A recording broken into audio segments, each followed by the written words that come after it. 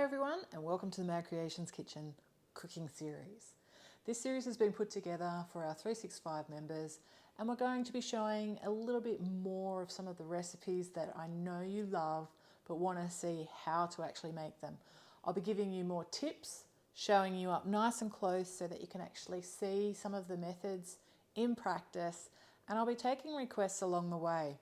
All the recipes that we'll be using in the classes will include supermarket only ingredients unless I've specified otherwise. At this stage, I can't see that I will be doing any that I can't find the ingredients in the supermarket, and the same for you too. I do understand we have people from all over the world and some in rural areas where some ingredients may be a little bit harder to find, but if seeing the majority of you are mostly Australian that we do have in the 365, I'm sure that you can find the ingredients online, but on the whole, the ingredients will be found in the local supermarket. So let's get started and get into our cooking class that we have for you today. And today we're cooking keto pasta. So for all the pasta lovers, I know you're going to love this recipe. It's simple. Again, it's got those ingredients that you can find in the supermarket.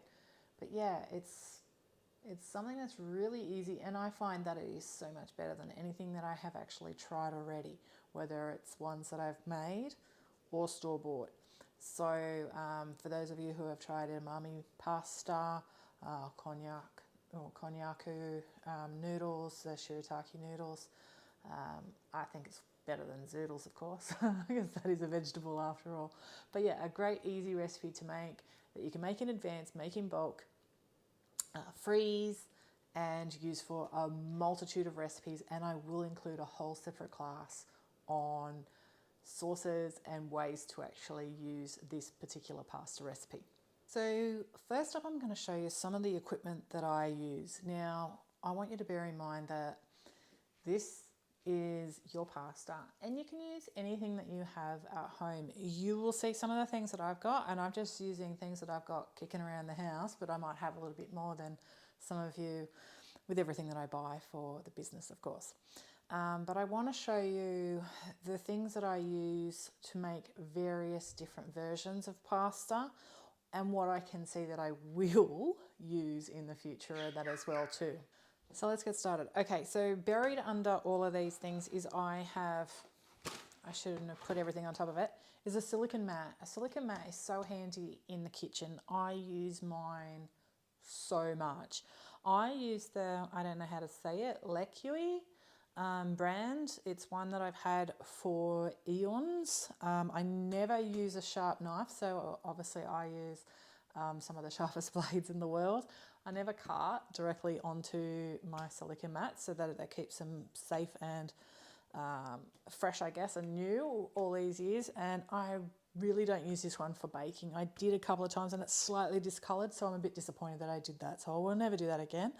But otherwise, you can get ones particularly that'll fit your baking trays that are great for baking.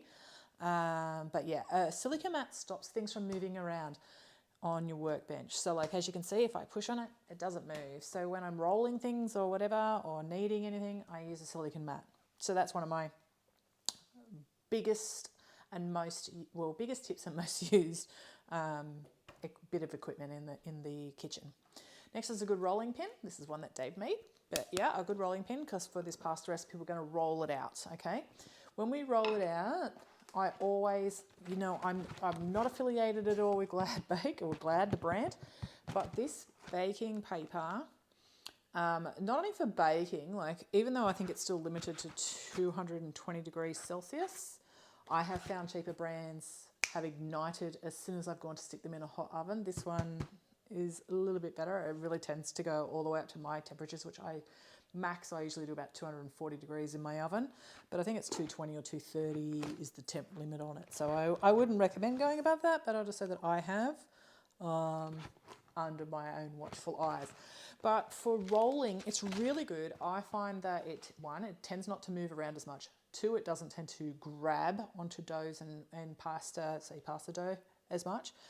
And it weathers the rolling process, where some of the cheaper ones will break. So if you've had that happen before and you're using one of the cheaper brands, or even another brand, doesn't necessarily have to be cheaper, this is why I use this one all the time. It's why I recommend it. So yeah, so you can buy that in most supermarkets. I don't think my local Coles has it, but I tend to shop at my local Woolies, which is a bit further away. But that's the brand that I get, and it's a big one. So I use that for baking and for any of my rolling. So that's for tortillas, pasta, fathead doughs, whatever I'm using, I tend to use the Glad Bake, and I reuse it until it basically falls apart, okay? So when I finish with it, I either bake on it, and then I'll still keep those on my baking trays and then reuse them until they fall apart. Okay, so we've looked at our silicone mat, our baking paper, and a rolling pin for rolling. I use a scraper, cake scraper, a dough scraper, I think these are called. These are good for cutting dough, pushing things out. You can even push out the dough, which I'll show you in the video, up on the baking paper and that as well too. I have several of these. This one is actually from the mix shop. It's a Thermomix brand one, but you don't need to have any specific brand. I've also got a 3-pack of ones that I bought that have like scalloped edges and things like that as well from Amazon. But I'm sure they're like in Coles, Woolworths, Kmart, all of those cheaper stores and that as well too. So they're really good for cutting dough, pressing out or pushing out dough, dividing things like bagels and stuff like that, or dividing the pasta into smaller lots.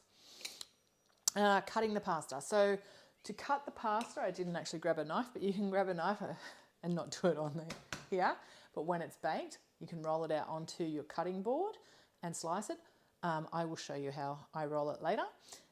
You can also use a pizza wheel. Pizza wheels are great for any kind of dough. So like if you're doing any thin doughs into thin flatbreads, pasta, the hemp share bread or crackers, a pizza roller is really good because they tend not to stick to the dough themselves. Okay, so shaping the pasta. So of course we can cut them, just slice them with a slicer. I'll show you some equipment that we've got that you can use, like pasta rollers and that in a moment. But then we've also got other things that we can use to shape. So if you wanted to make round sheets of pasta, so let's just say we're going to make a mug lasagna, you can use an egg ring or you can use an oversized egg ring. I have both. These oversized egg rings, I think I might have got this like from House many years ago, predating ever being a blogger. But you can see it's quite a lot bigger than the other ones. I use this for everything from pie tops out of fathead. I can see this for a great raviolo. So you could actually use our pasta dough and do a nice big spoonful of filling or a nice raw egg yolk in the middle of that. Pan fry, and you're going to have a beautiful piece of raviolo, which is a larger ravioli. So yeah, they're two great ones.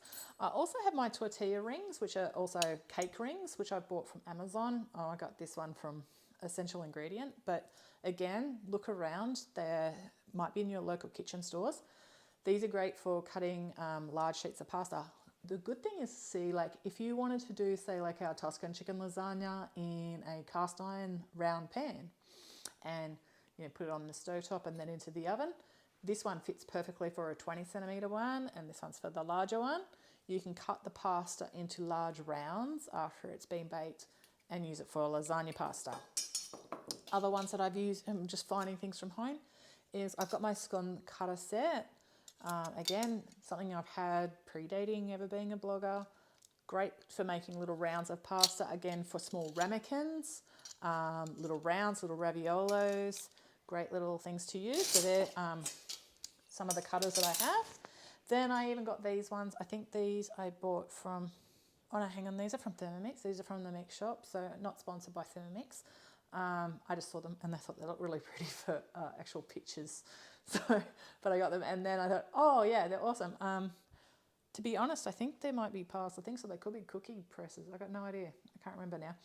But this could make some really nice square pastas, some nice round raviolos again, little ravioli one. And I've got a little serrated cutter. So you can use ones that are even wider than these to make like ribbon, like the little crinkle cut ribbon pastas and that as well too. So they're just some things that I found around the house that I can use very simply for shaping the pasta rather than just slicing it, okay? So because you can use it for various different ways. We've also got a baking tray which we bake on. I always get one that's as big as my oven. I don't even know what mine is. It's not the widest oven because it was just whatever spot was in there when I had to replace it, which I think's 800. So I know some people got to a metre these days. I use the USA pans. Bought this from Everton. Again, not sponsored by them. I love the USA pans. I do have a post on our in our blog section on the website that tells you a lot about USA pans and stuff like that, but yeah, they're amazing. Okay, yes, of course you can make ravioli in that as well too, and I've got a ravioli kit here too. And for equipment, I've got my old Atlas pasta roller, and we can cut fettuccine or spaghetti with the pasta and that as well too. Well, you can cut the spaghetti through spaghetti in this. I don't recommend it. It comes out pretty small and it can break. The fettuccine is marvellous. It's fantastic. I also do have the KitchenAid pasta press. I haven't tried it. Don't think it'll work. The dough, which you'll see when we do the video, is sticky. So it's not going to press through. It's just going to probably just form a paste and make you have to do a lot of clean up using a pasta press. But in saying that, there's also the sheet rollers and that for the KitchenAids and that as well too, and it would definitely work through there. As for the automatic, which I've also got the automatic ravioli maker where you put the 2 sheets, I will test that and I'll put feedback in the bottom of the notes if it works. I think it will, but it will just take some timing to get the pasta not quite as cooked as it normally is, a little underdone, so it sticks together really nicely and is nice and thin for a perfect ravioli, because that's what we want, right? We don't want to just create recipes just because we can that look like the real deal but taste like crap. So anyway, that's our equipment done. Next, we're just going to get into making it. I'll show you the ingredients first and then we'll get into making it. Alrighty, let's get stuck into it. So first up, we've got some room temp free range eggs. I've used the 900 gram ones you can see there, and we're going to pop 4 eggs into a bowl. Now I am actually doing the manual method for this one first up. Now we're adding our salt into our bowl and our apple cider vinegar. Once I pop them into the bowl, I'm just going to give that a quick whisk. I think this is just going to make it easier to mix in. To be honest with you, doing this video, this was the first time I actually did this completely manual in the bowl. Preferably I would use my Thermomix or I would use a food processor. So if you've got either of those, just pop them into a food processor or a Thermi and give them a blitz as the recipe states, and that'll mix up the mix all in one go. This way, I'm just showing you how to do it with no appliances, no tricks other than a whisk and a bowl. So I'm just using my Magimix scales there. So you can see I've just popped in my cream cheese. This was a later shot that I did for this video, so I'm actually adding some chili into this pasta. You can always add any flavours in at this stage. So if you want it to be curry, turmeric, cumin, ranch, whatever flavour pasta, you can pop it in. Some spinach, tomato paste, etc. So there's so many other things that you can pop in. Now I'm just popping in my psyllium husk powder. So please check my little video part about the ingredients of what I'm actually using here.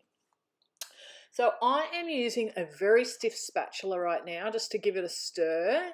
These are my favourite kind of spatulas. They're like a 2-end thick silicone spatula. So they just make like mixing everything by hand so much easier because you can really press down into the bowl. See how like I'm really pressing the cream cheese into the base of the bowl.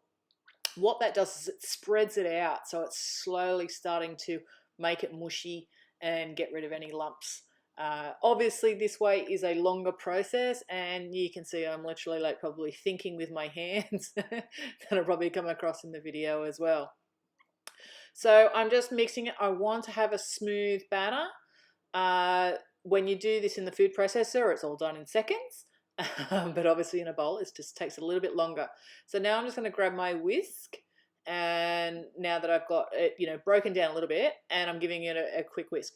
Now, I'm going to be completely honest with you. Normally, I would use a room temperature cream cheese, or one that I'd taken out to soften for a little bit. This one was straight out of the fridge. So I'm using the Philadelphia cream cheese, and you can see it's a little bit chunkier because it is firmer. So I have to give this a little bit of work.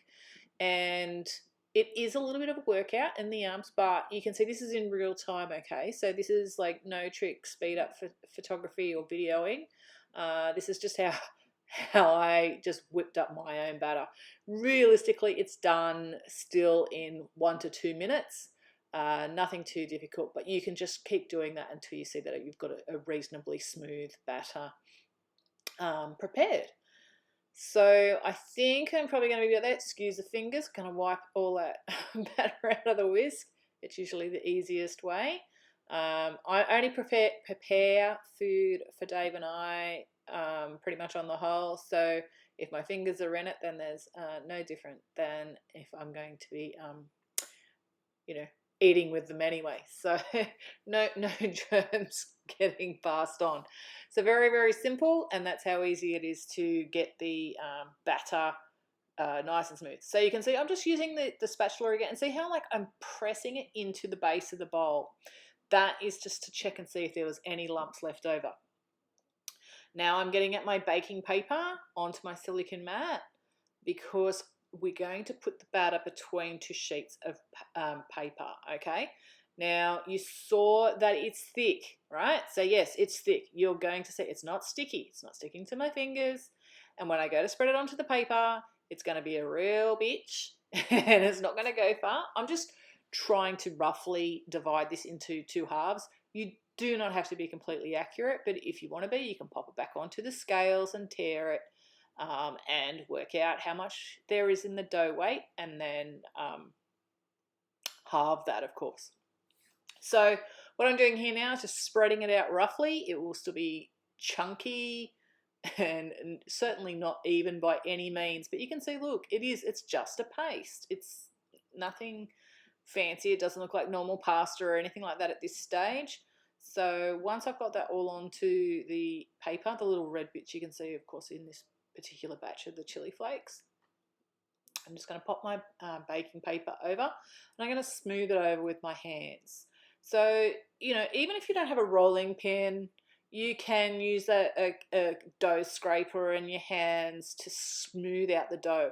But what I'm trying to do now is I'm trying to push it out roughly between, I say, a 40 to 25, 40 to 30 centimeter rectangle. It just depends on how much that half a dough was that I scraped out of the bowl. You'll see, when I go to pull the paper off, it's stuck to the paper. So this is the very reason why I actually bake the pasta with the paper over the pasta.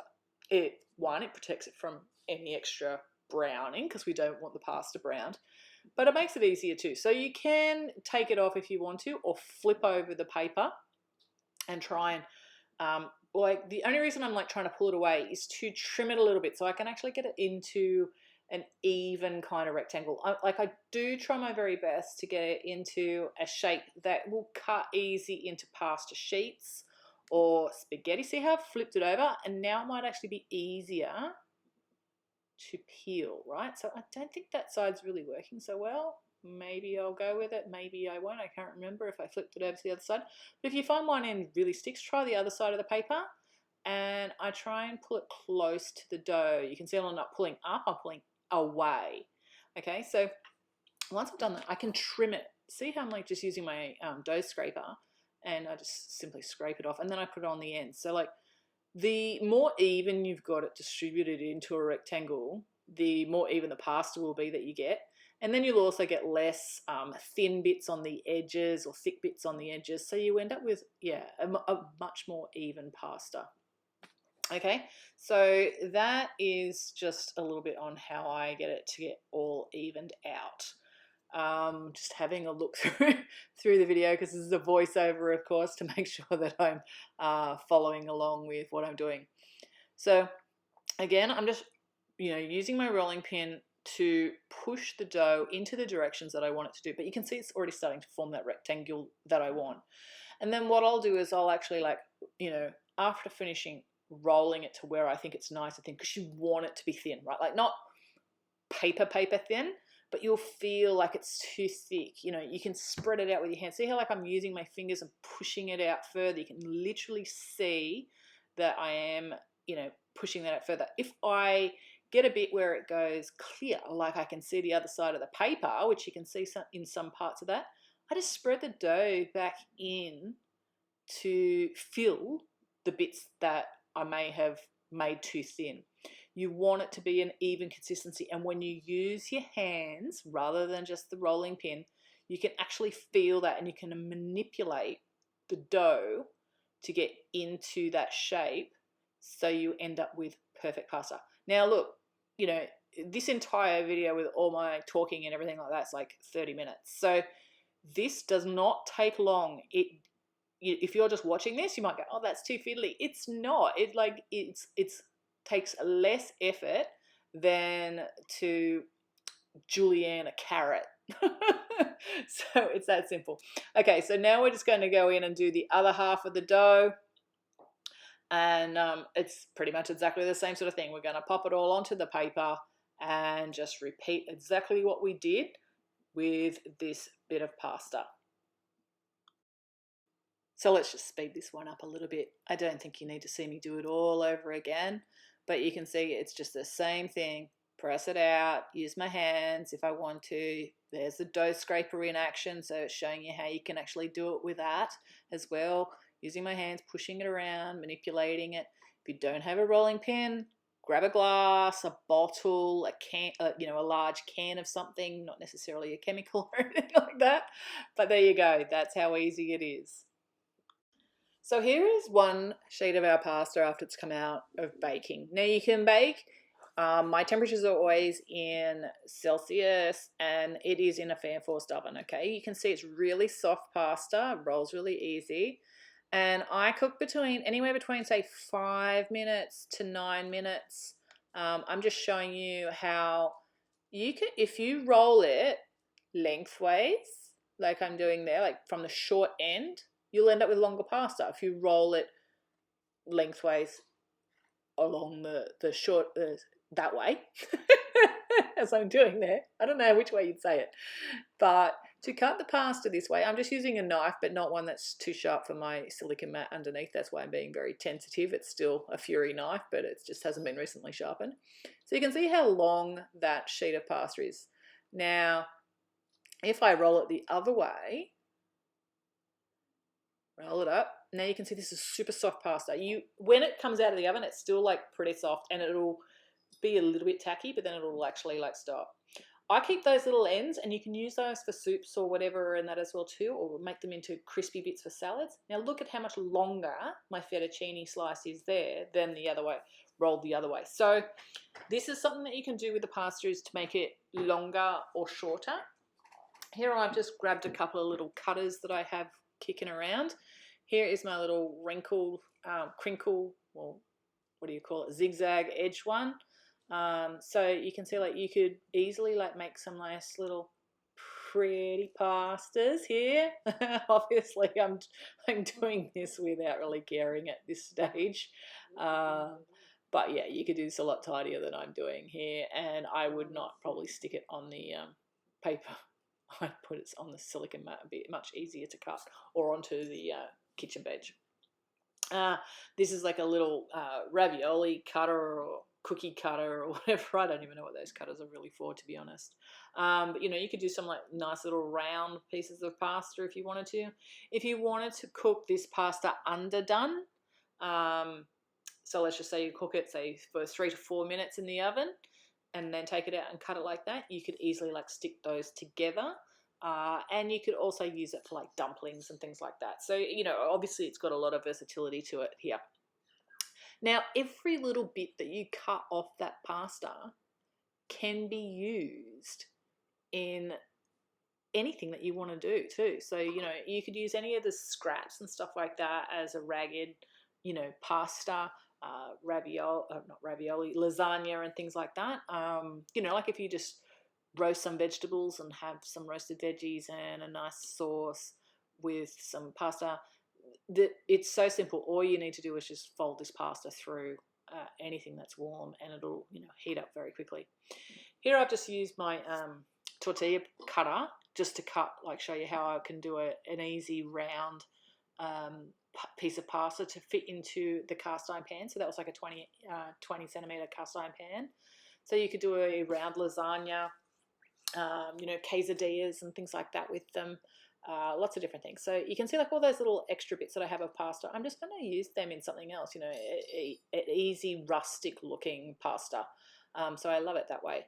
Now here I've actually got another sheet of the pasta already cut into halves, and you can see I've trimmed the edges. So like I've got those edges to the side. Now if you're not going to use them now, you can actually use them, freeze them and use them later. Now I've got out my Atlas pasta roller, and I'm just using the fettuccine cutter there rather than the spaghetti. I prefer it over the spaghetti. The spaghetti works, but it's just not as good as the fettuccine. You can see how easy that was to roll through and how perfect this pasta is. So that pasta can be used fresh, and it can be kept in the fridge for a few days, or just freeze it. Here it is. You can see in the Keto Mojo pasta, and the another one from Keto Mojo as well. And here we are going to show you how to do it in the Thermomix. Okay, so while I'm showing you this in my Thermi, this is exactly the same method that you would use if you're using a blender, immersion blender, or a food processor. So we're basically just going to add all of the ingredients into the mixer bowl. So whatever mixer you're using, in it goes. You can also use a hand mixer or a stand mixer for this recipe, okay? So we've added our eggs, our vinegar, our salt, our psyllium husk powder, and we mixed it up, and our cream cheese. And you can see when it's come out of the Thermi that it's actually like pushed some of the crusty bits up to the top. So that's like some of my egg yolks. So you can scrape down the sides of the bowl and give it another burst in the Thermi if you wish. Megan, being Megan, is always a little bit more manual person. So I'm just using my very stiff silicone spatula again to just push it through the mixture and see that it's all just as evenly combined as I can be bothered.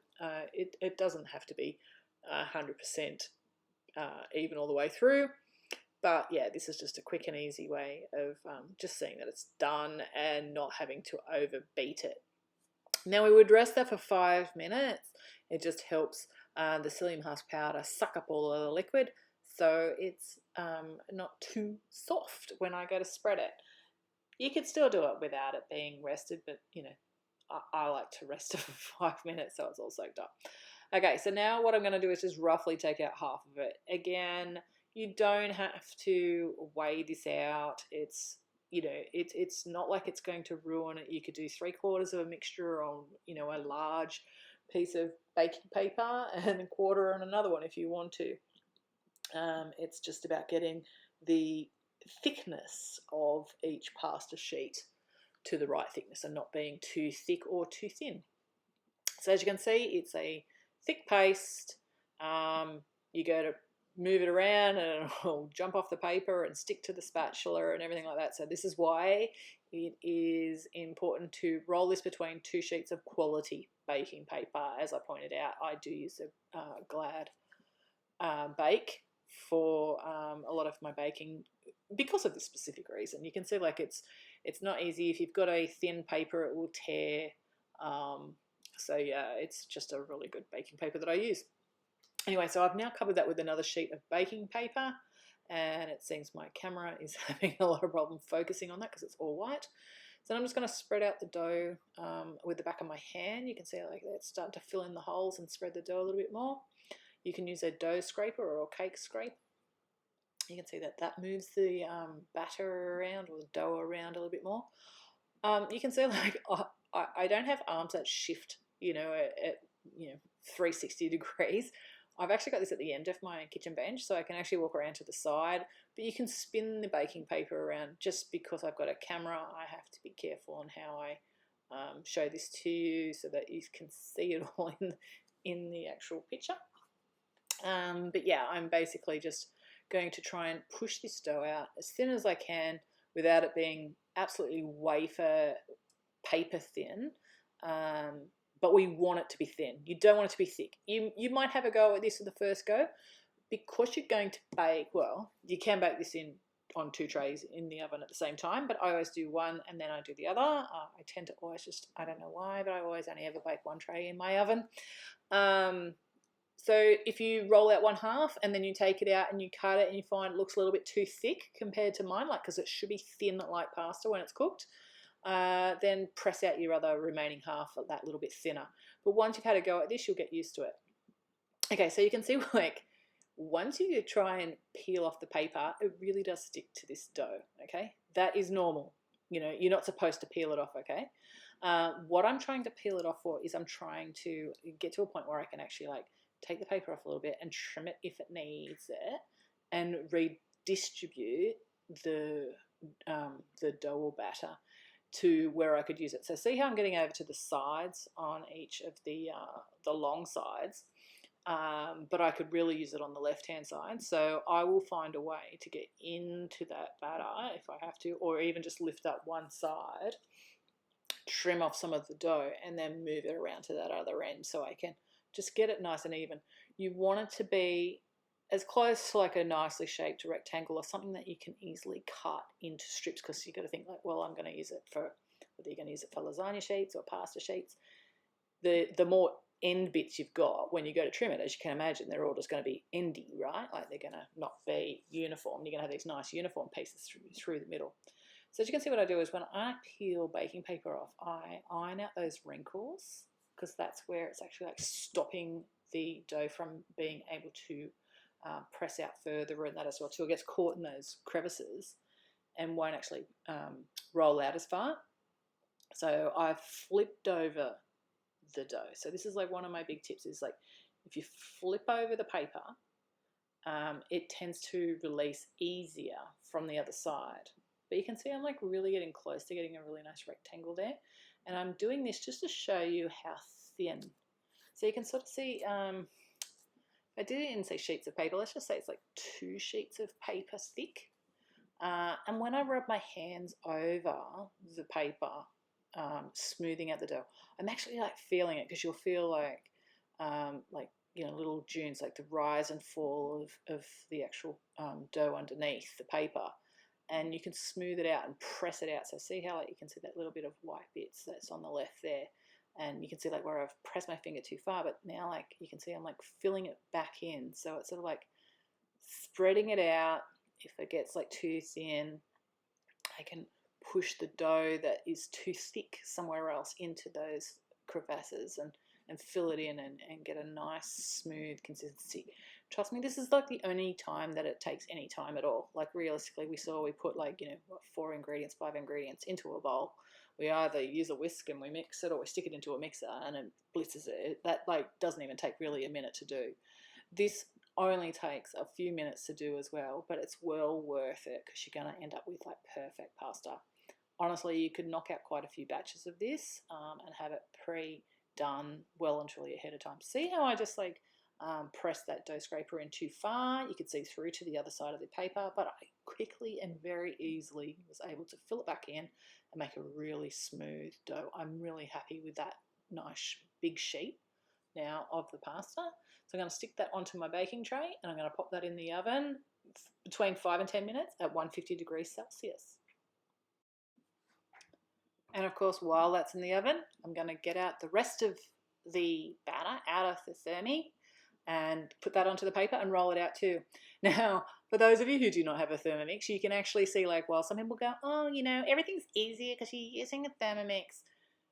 The dough that we did in the bowl, do you remember seeing how easy that was to get out of the bowl? Like, honestly, getting this out of here and cleaning it off the blades is not always, you know, the funnest of jobs. It's not difficult, to be honest, but, you know, I think you get a little bit more wastage, of course, and it's just a little bit trickier to get it out. You can take out as much as you want, and then turn on the Thermomix, and it flicks all the dough to the sides and scrape it all out. But yeah, again, I'm one of those people, like, once I take it off the actual hub of the machine, I don't stick it back on for love of money, pretty much. So I'm just like picking out the dough out of every crevasse that I can, and then into the sink it'll go. I'll fill it up with some warm water and that, so it gets soaking, because that psyllium husk makes everything a little bit slimy and stuff like that anyway. Now, in saying that about the sliminess of the psyllium husk and some things, I will tell you this pasta is not slimy. It is really nice consistency pasta. Honestly, like I said at the beginning of the video, this is my favorite pasta by a long shot. It has no weirdness to it. It has no overbearing flavors or anything like that. I find it super simple to make. There is some, incredibly inventive recipes out there. There's some people making things with, ingredients that you can barely get. But I find that this one is just so easy to make. It's got ingredients that we can find in the supermarket, and you can see like it can be done in this, record amount of time with basically anything. You don't even need to have like anything. Yeah, you'll have to have some baking paper. That's about the only thing else. Like, you really need to have freaking good baking paper to make this, and it's worthwhile.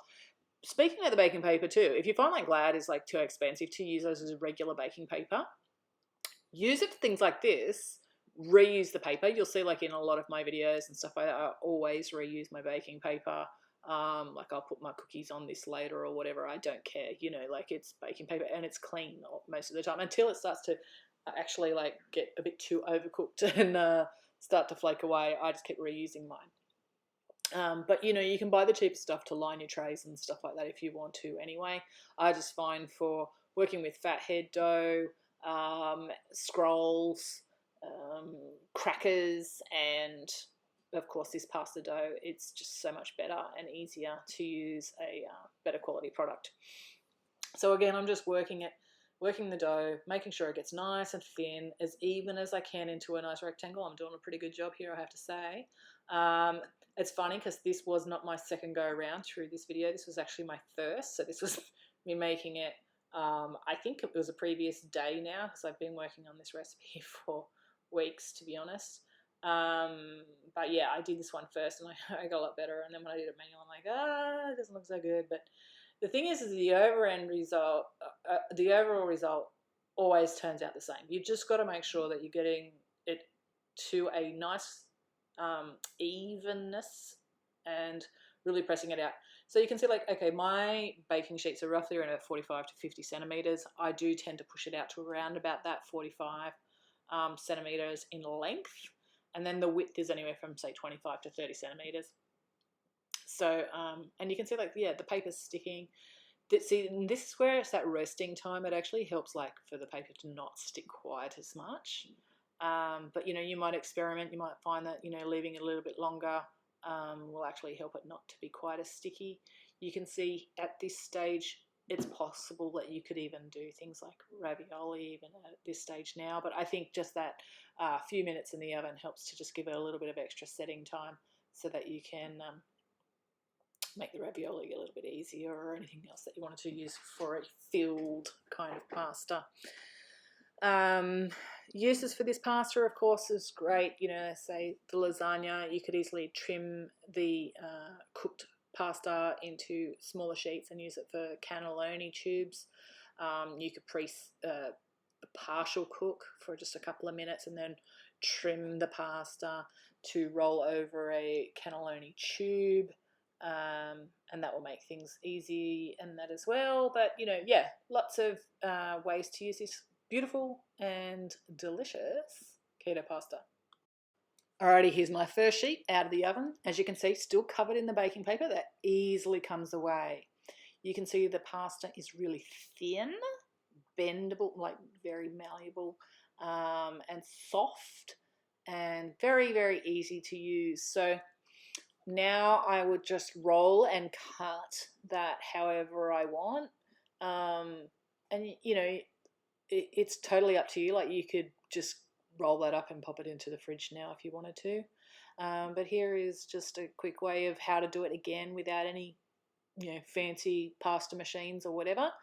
Just roll it up using a sharp knife, trim it. So you can see like that little edge bit that I cut on the furthest right looks a bit crunchy. There, where it's a bit too thin. So that's what you'll get if you made it too overall thin, sort of like a toasted tortilla chip.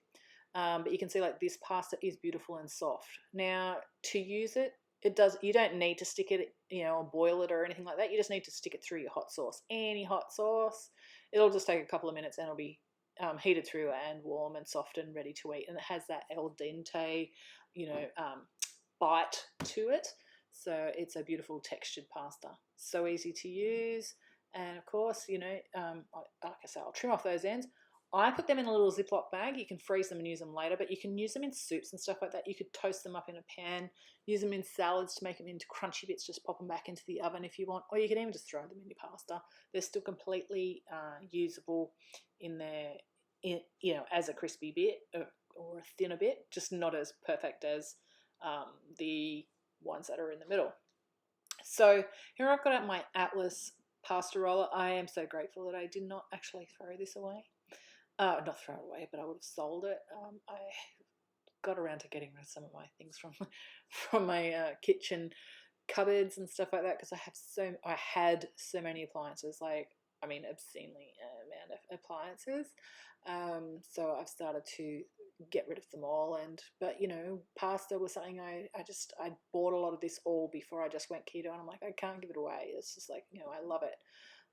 So I knew that there would hopefully come a time that I could use for a keto product, and here we go. So here I've just got like a sheet of pasta. As you can see, I need to trim it so that it will fit into the actual roller. Now I could have edited this video. It would have been a bit smarter to do so. But what I'll do is I'll just cut a few more pieces of fettuccine for later to get it to fit into my machine itself. It's just got a little cranking handle that you can't see. It's just quite out of the screen. So then I just try and align it. I'm really hopeless at this. You saw in the last one I went a little bit to the side. There's certainly no Italian in me, but look, this one I've done a little bit better. It's managed to go all the way through in one go. And here is our beautiful fettuccine. So you can see, look, that was really simple.